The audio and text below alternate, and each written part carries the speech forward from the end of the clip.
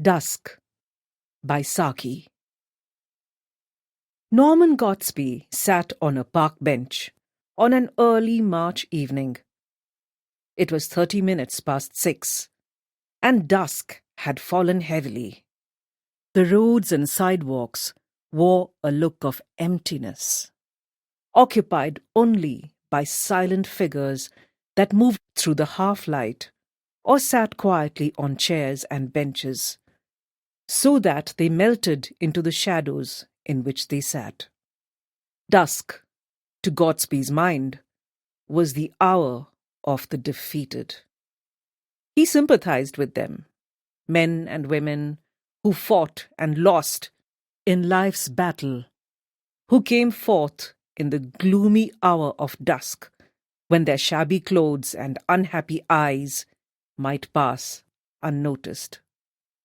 And just beyond, on the other side of where he sat, were rows of windows from which shone bright lights that cut through the darkness of the evening, forcing it away. To Godsby's mind, it seemed that these brilliant lights marked the abodes of those people who had never had to admit defeat through life's struggles. Thus did Godsby's mind imagine these things as he sat on that bench in the near-deserted sidewalk. On the bench by his side sat an elderly gentleman with drooping shoulders, but there was a certain daring in his face. His clothes were not shabby, but one would not expect him to wear a carnation in his buttonhole. As he rose to go, Godsby imagined him returning to a home circle when nobody cared for him. He got up and walked away. His figure vanished slowly into the shadows. His place on the bench was soon taken by a young man, fairly well dressed, but with a sour look on his face. He uttered an angry grunt as he flung himself into the seat.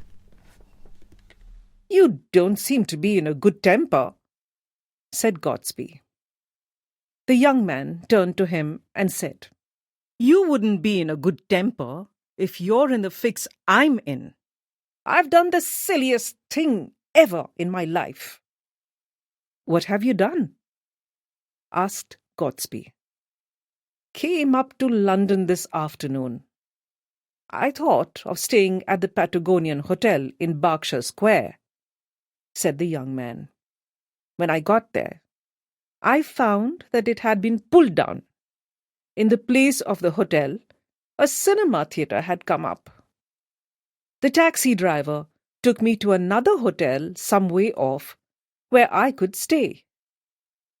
I at once sent a letter to my people giving them the address. Then I went out to buy some soap. I'd forgotten to pack any, and I hate using hotel soap. Then I strolled up a bit, had a drink at a bar, and looked at the shops. When I turned my steps back to the hotel, I suddenly realized that I didn't remember the name of the hotel or even what street it was in. I have no friends in London. I can write to my people for the address, but they'll get my letter only tomorrow. Meantime, I'm without any money. Came out with a shilling in my pocket, which went in buying the soap and the drink.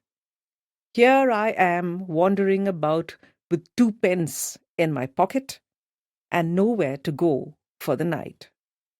The story was followed by a long, eloquent pause.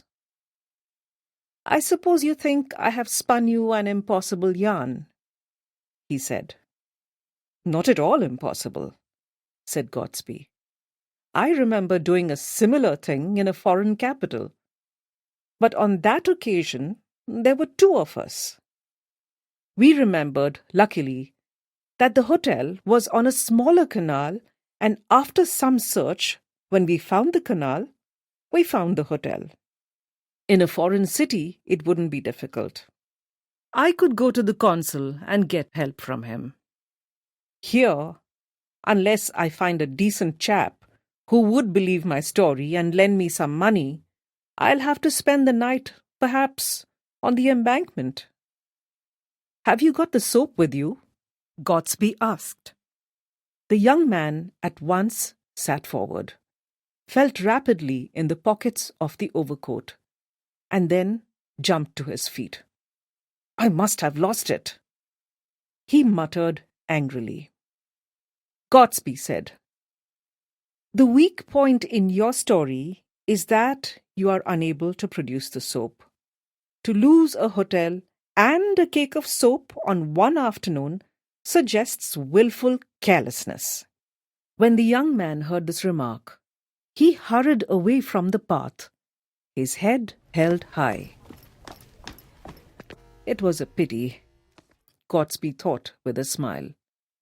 The going to get one's own soap was the one convincing touch in the whole story, and yet it was just that little detail which didn't help him. If he had been clever enough to provide himself with a cake of soap, wrapped and sealed at the chemist's counter, he would have been a genius in his profession. With this thought, Gotsby got up to go, and as he did so, he let out an exclamation of surprise and sympathy. Lying on the ground, by the side of the bench, was a small oval packet, wrapped and sealed. It was a cake of soap. It must have fallen out of the young man's overcoat pocket when he flung himself down on the seat. The next moment, Gotsby was running along the dusk-covered path in anxious search for a youthful figure in a light overcoat. He nearly gave up the search when he caught sight of him standing on the border of the carriage drive. Gotsby hailed him. The important witness to the truth of your story has turned up, said Gotsby, holding out the cake of soap. It must have slid out of your overcoat pocket as you sat down on the seat. I found it on the ground after you left. I didn't believe your story. You must excuse me for that. But the appearance of the soap changed everything. And now my doubts are gone. If the loan of a sovereign is any good for you... The young man took the coin and hastily pocketed it. Here's my card with the address, continued Gotsby. Any day this week you can return the money, and here is the soap. Don't lose it again. It's been a good friend to you. Luckily you found it, said the young man, and blurting out a word or two of thanks, he fled. Poor boy, he nearly broke down, said Gotsby to himself. As Gotsby retraced his steps past the seat where the drama had taken place, he found an elderly gentleman poking the ground with his stick beneath the seat, and realized that it was his earlier fellow occupant. Have you lost anything, sir? Yes, sir. A cake of soap.